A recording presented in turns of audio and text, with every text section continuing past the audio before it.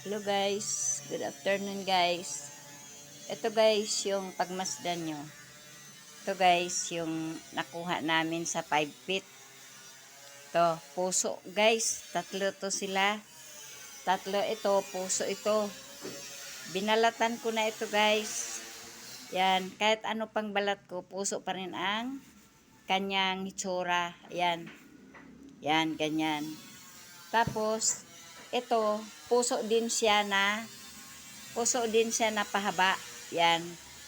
Puso din na pahaba. Yan mga ka-treasure. Yan. Puso na pahaba guys. 5 feet lang ang lalim ng aking napagkuhanan na to. Ito din siya.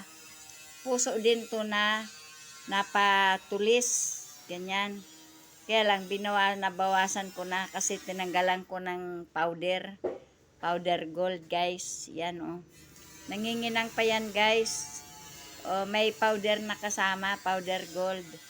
Ito, lahat itong tatlo na to, iisa yung tsura nila ng lupa sa ibabaw, guys.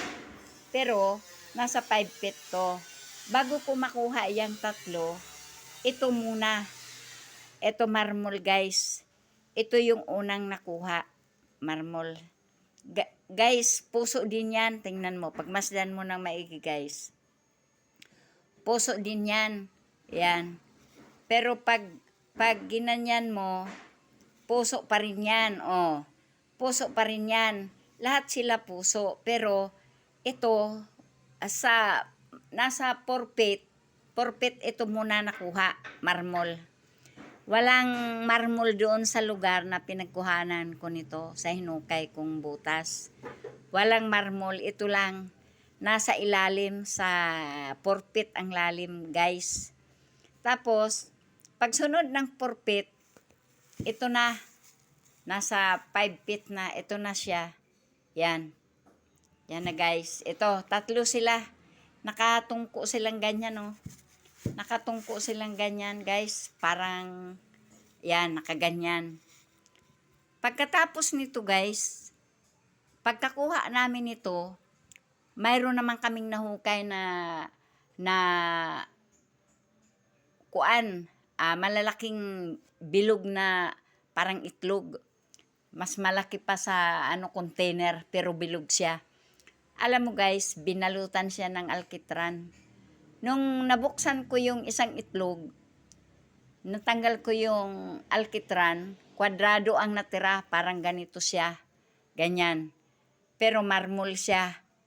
Hindi namin mabiyak guys. Gusto namin biyak, hindi namin mabiyak. May halo siyang German cement guys. Blue, ganyan. Red na may blue, ganyan ang tsura. German cement. Tapos, yung isa naman guys, nabalatan ko din. Ganito din ang itsura, ganyan. Ganun din, makapal din. Kasing laki din ng container na yung lobo na container. Ganun din, nung nabalatan, maliit na lang natira. Na halos kalahati na lang. Yun naman yung gold dust, guys. Na kung titingnan mo, nasa 22 carats yung gold dust. Hinalo sa putik, pinatigas nila. Yan yung nakuha namin. Tapos yung isa naman guys, nabilog din, nahati siya guys. Yung isang buo, naging dalawang ganito kalaki ang laman.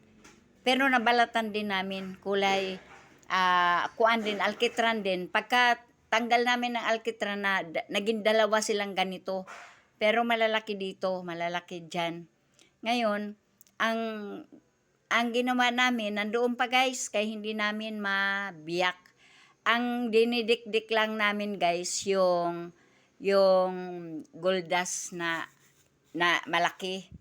Gold dust na malaki, yan ang dinidikdik namin na iproproseso namin, tatanggalan namin ng gold dust guys. Kasi ito, tinanggalan ko ito guys ng gold dust. Ito naman siya. Ito naman ang nakuha ko, pero kukuanin pa ito guys, lulutuin pa. Ito kadami guys. Ayan. Ayan kadami. Pero lulutuin pa ito guys, hindi pa ito luto. Kaya guys, pagpapatuloy ko yung pinagkuhanan ko nito. Kasi, ibig sabihin, ito ay gawa ng tao. Nilagay nila talaga ito doon sa butas. Yan, nilagay nila talaga ito. Marmol ito guys. Hindi ito bato na kuan. Hindi katulad nitong mga bato na to. Ito, at saka ito. Marmol to guys, marmol. Yan, kita mo naman yan oh. Marmol na parang pinagtagpi-tagpi nila guys. Pero ginawa nilang heart. Yan oh, heart yan. Pag binaliktad mo dito, heart din siya. Ayan. Ayan, heart din siya. Pag binaliktad mong ganyan.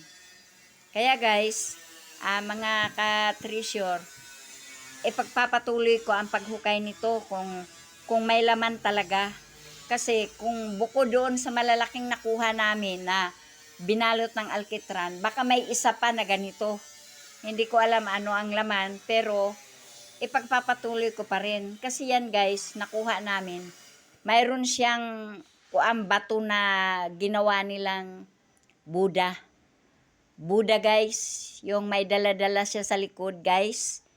Yun ang nakalagay na Buddha sa ibabaw, nakatakip sa ibabaw ng lupa. Kaya pinag-interesan ko siya guys, buksan. Hindi ko pa nga nasyatan yung Buddha na yun na tinanggal namin. Pero, naniniwala ako na may laman. Kaya binuksan namin. Kaya guys, ngayon kasi umuulan-ulan, hindi pwedeng hukayin, ipagpatuloy paghukay. Pag uminit, mga 3 araw, hukayin namin. Para makita ko hanggang, siguro, hukayin namin hanggang 10 feet.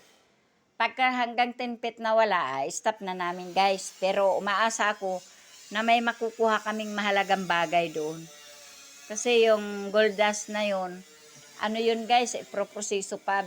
Baka may higit pa doon na mga bagay na nakalagay. Kaya guys, hanggang dyan na lamang guys. Ano man ang mga comment nyo guys, magsabi lang kayo guys. Kaya malaking tulong yung may comment para pag nagko-comment kayo, malalaman ko ano yung mga dapat gagawin guys. Kasi bago lang akong nagtre-treasure guys. Sige guys, please subscribe guys. Maraming salamat. Malaking tulong sa aking pagtre-treasure yan guys. Maraming salamat sa subscribe, sa ano ninyo, likes nyo, o pagkalinga nyo ng aking pinadalang content sa inyo. Para magkatulungan tayo mga guys, na matagal na kayong nagtre-treasure. Baka makapag-share din ako sa inyo. Maraming salamat guys. Bye-bye.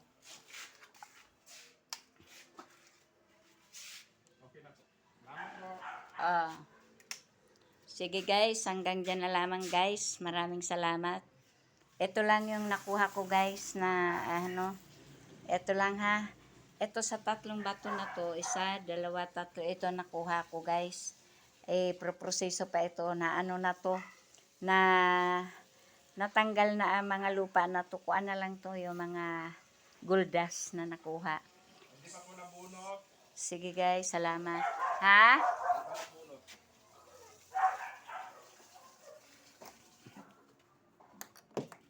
Maraming salamat. Thank you for watching guys.